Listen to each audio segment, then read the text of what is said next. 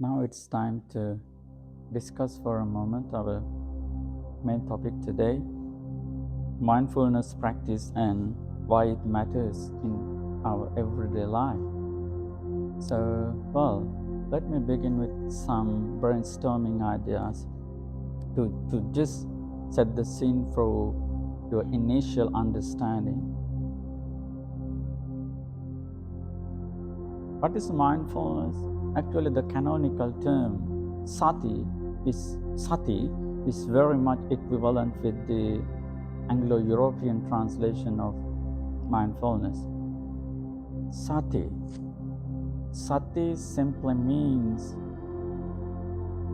stay in the present moment that allows no room for the past or the future. The present moment is the where you are right now, where your mind is right now. So, in practice and theory, there are 4 ways that we can develop our present moment awareness, our momentary mindfulness. There is a nice discourse which I always refer to, the 4 foundations of mindfulness, included in the long discourses of the Buddha, and also the discourses of the analysis of the truth, included in the middle-length discourses of the Buddha. What is the right mindfulness? What is the skillful way to live in the present moment? The 4 frames, actually, the 4 reference points: your body, your feelings, your mind, and finally mind objects. In all, that is the overview of mindfulness. To me, even the term mindfulness gives rise to the perfect sense of mindfulness. Being fully in the moment, being fully within your own awareness. But alas and alack, what's happening in everyday life, owing to our own distractions and distorted perceptions, we are disturbed from the present moment. Am I right? Aren't we? We are always getting disturbed by our own commitments, duties, responsibilities, and so many and so forth. So the first way to begin with is to contemplate your body as your body. Contemplate your body as body. What it is. The mindful breathing practice is the preliminary way to get on with that. As I said during the practice, the breathing is not a simple phenomenon at all.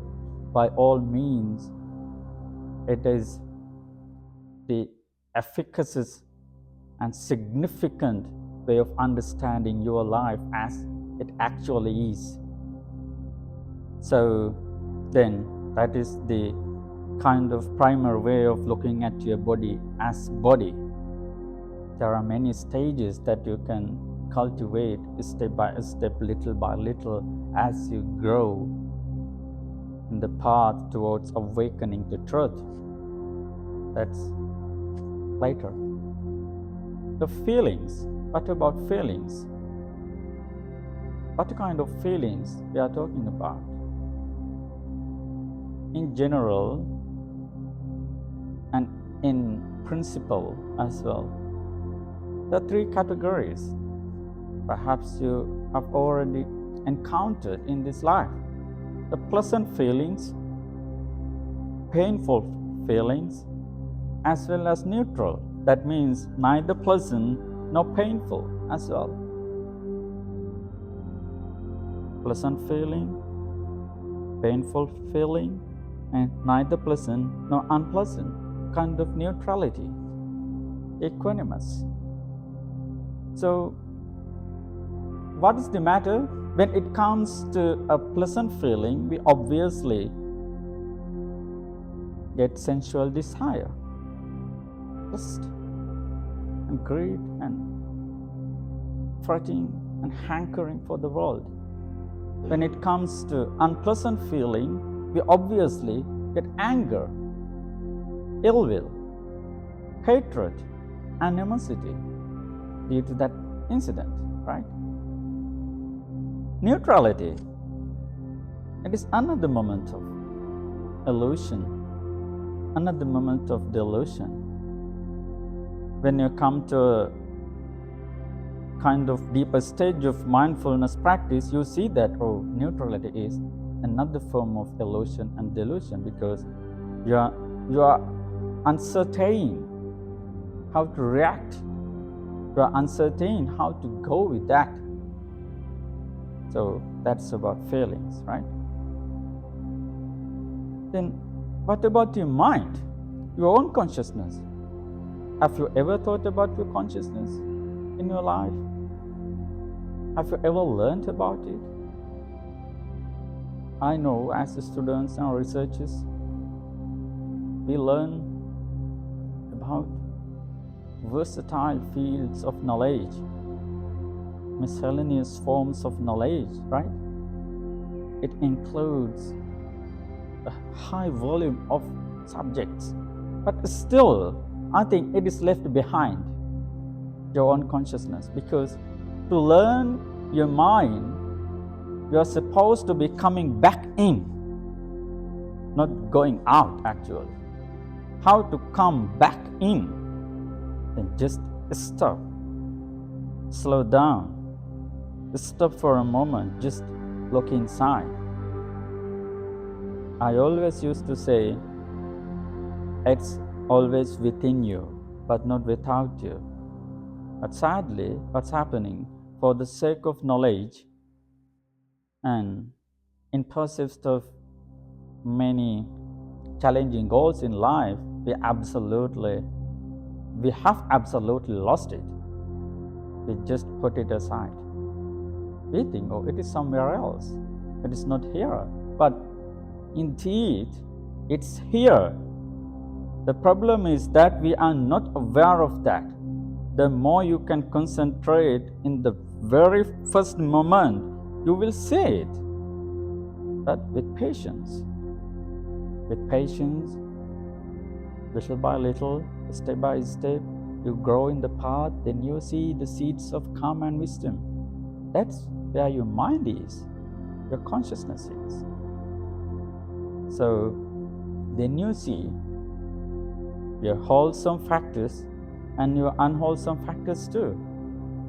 We are not very much aware of that, about our skillful activities, the skillful motives and unskillful motives, very much detrimental defilements, desire, hatred, and illusion, and so forth. And conversely, what about our wholesome attitudes? Arise in the soil of mind. Our compassion, our generosity, and the absence of ignorance, which means insight or wisdom or kind of distinctive understanding of the world. But it means the impermanence, suffering, and the absence of self. This sort of understanding, but it needs quite a bit of practice and train in the field. Right? That's about your consciousness in very much general terms. Then the last reference point or form is mind objects. There are a variety of mind objects, but the most important thing is it's about 5 aggregates, a variety of forms, feelings, perceptions, and we say volitional formation or mental thoughts, and again your consciousness. So when it comes to a kind of general idea, I would say everything is related to the matter of mind. Ultimately, all roads lead to Rome. Like so, all paths finally, all paths lead to the matter of mind or consciousness. That is the cornerstone that we have to pay the full attention. However, we haven't done it such. So, as its entirety, I would say, like my teacher, the Buddha say, Athapi sampajano satima vinaya loke abhijjado manasang. To understand and to practice these 4 preliminary stages, to contemplate your body as body, your feelings as feelings, your mind as mind, your mind objects as mind object. 3 prerequisites, or kind of 3 main skills that you have to cultivate within. Atapi means being ardent or being diligent in your practice. Sampajano means clear comprehension.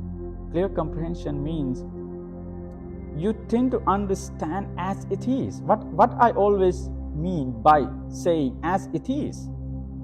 As it is means its intrinsic nature. When I see this glass of water, this cup of water, I can see its physical and chemical attributes. And yes, that is very much visible. But that is not as it is. But its fundamental nature. This is subject to be impermanent, right? This is decaying. This is fading away day by day. This is not static and inert in itself, right?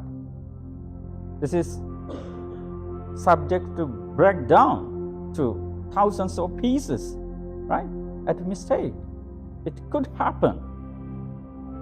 So, the nature of impermanence. So, if something is impermanent, then it causes suffering. If I am attached to my cup of water, then one day, if it were broken down to thousands of pieces, then I feel a great amount of sorrow and sadness and pain. So this applies the same way to everything that we are attached to. So that's why I'm saying as it is, right? So suffering, and ultimately then I come to know that, then if there is suffering in something, then it is absent of self, because I cannot hold on to that forever, right? It is not forever for me, but it is for a moment, just for the matter of use, just for the matter of that purpose.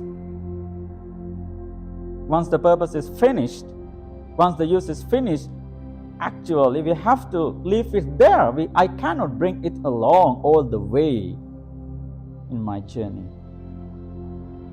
So that's meant by clearly understanding, clear comprehension. Atapi sampajano, then satima. Again, it comes into play. Satima here, mindfulness. Mindfulness means as the full awareness of the present moment. It is the biggest and the overriding skill that you have to maintain. You have to keep developing during your practice. Why? My meditation teacher has always said and advised me, there is no concentration without wisdom, no wisdom without concentration.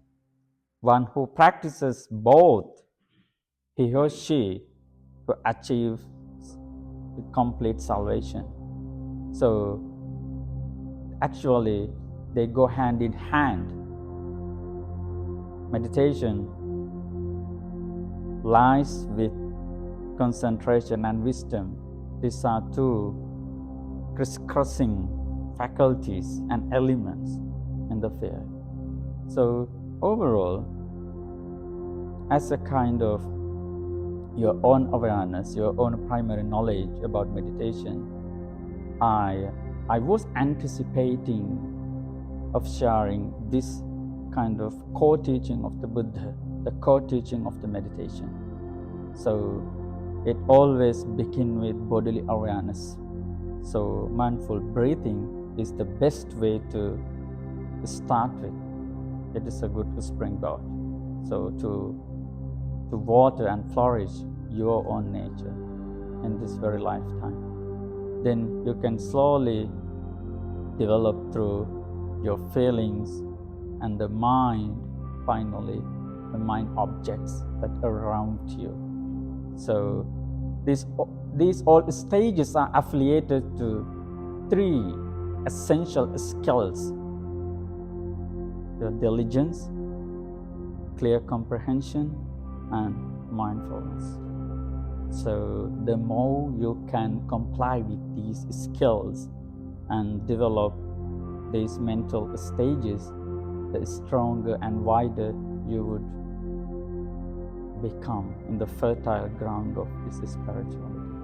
So in all, I should say it is nowhere to be found but within an inch of yourself.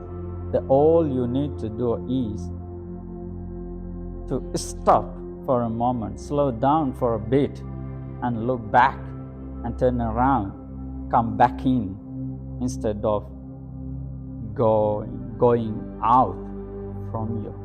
Then you see where you are, what you are, actually what you are, what you become in the future. Yeah, so that's my short account of mindfulness practice. So now it's your time to share your thoughts, your questions maybe, and any experience or any difficulties, any confusion or anything at all.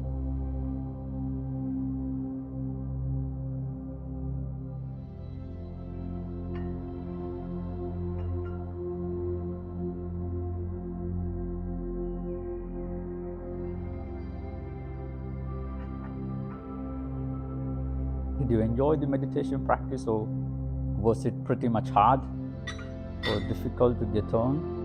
If it is your first experience, I can see that it may be difficult indeed, with no doubt.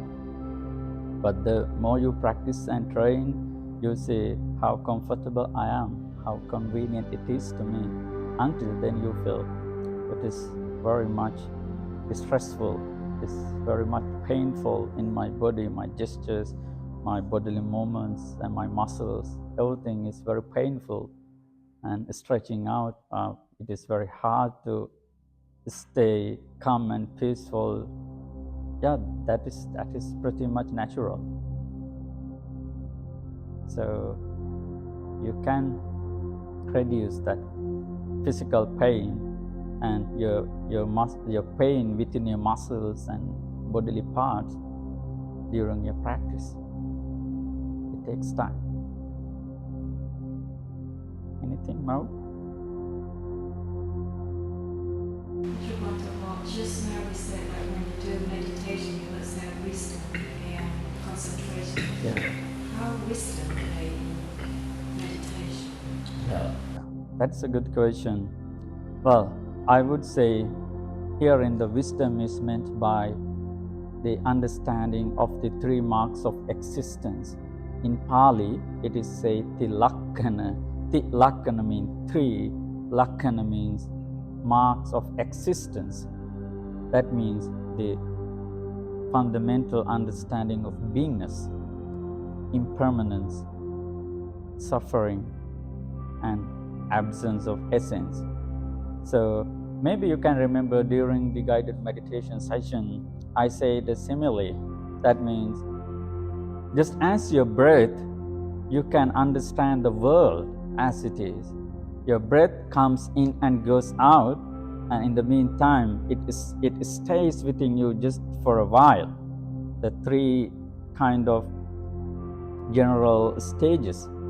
So in the same vein, we can see the world.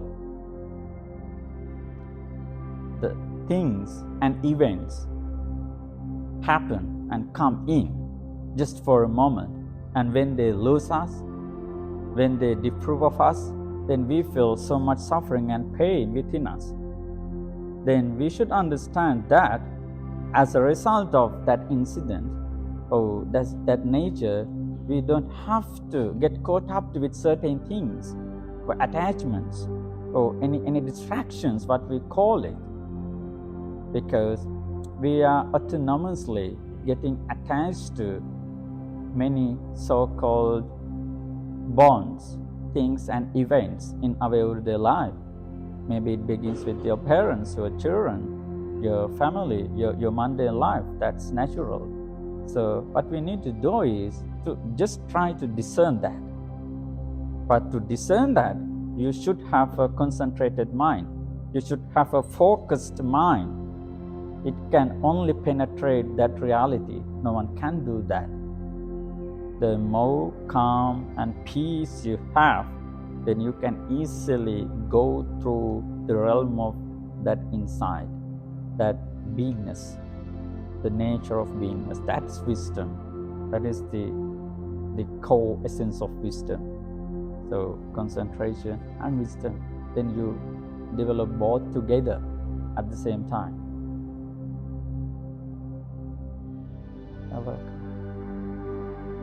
Okay, so well, now we come to the end then. So I hope you all enjoyed the session.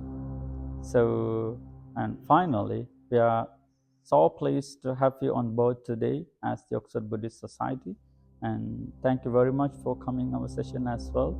And by means of this spiritual merit, we all wish you, may your adventurous journey at Oxford be successful day by day, and also you may find a space to cultivate calm, peace, joy and wisdom in your everyday life that brings you the real light of joy in your life, that I should say. So with that blessing, we say Sadhu, Sadhu, Sadhu. So by the merits of this noble practice, may you all stay safe, healthy, well and happy, and finally attain the supreme bliss of Nibbana, that is called complete emancipation in this life. Sadhu, Sadhu, Sadhu.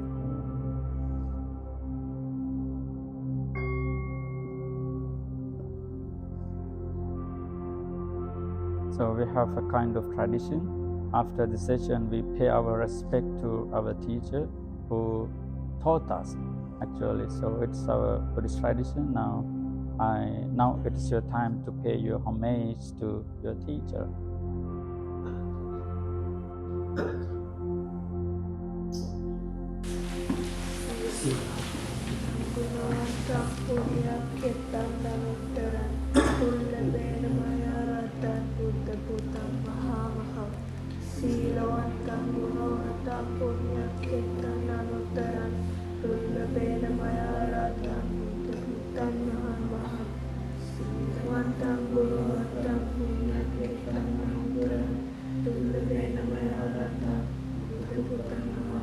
Abhivadana Selissa Niccang Buddha Pachayino Chattaro Dhamma Vaddhanti Ayuvanno Sukhang Balang Ayurarogya Sampatti Sagga Sampatti Mevacha Ato Nibbana Sampatti Minate Samidhatu. May you all be blessed by the noble grace of the Buddha, Dhamma and Sangha. Thank you very much.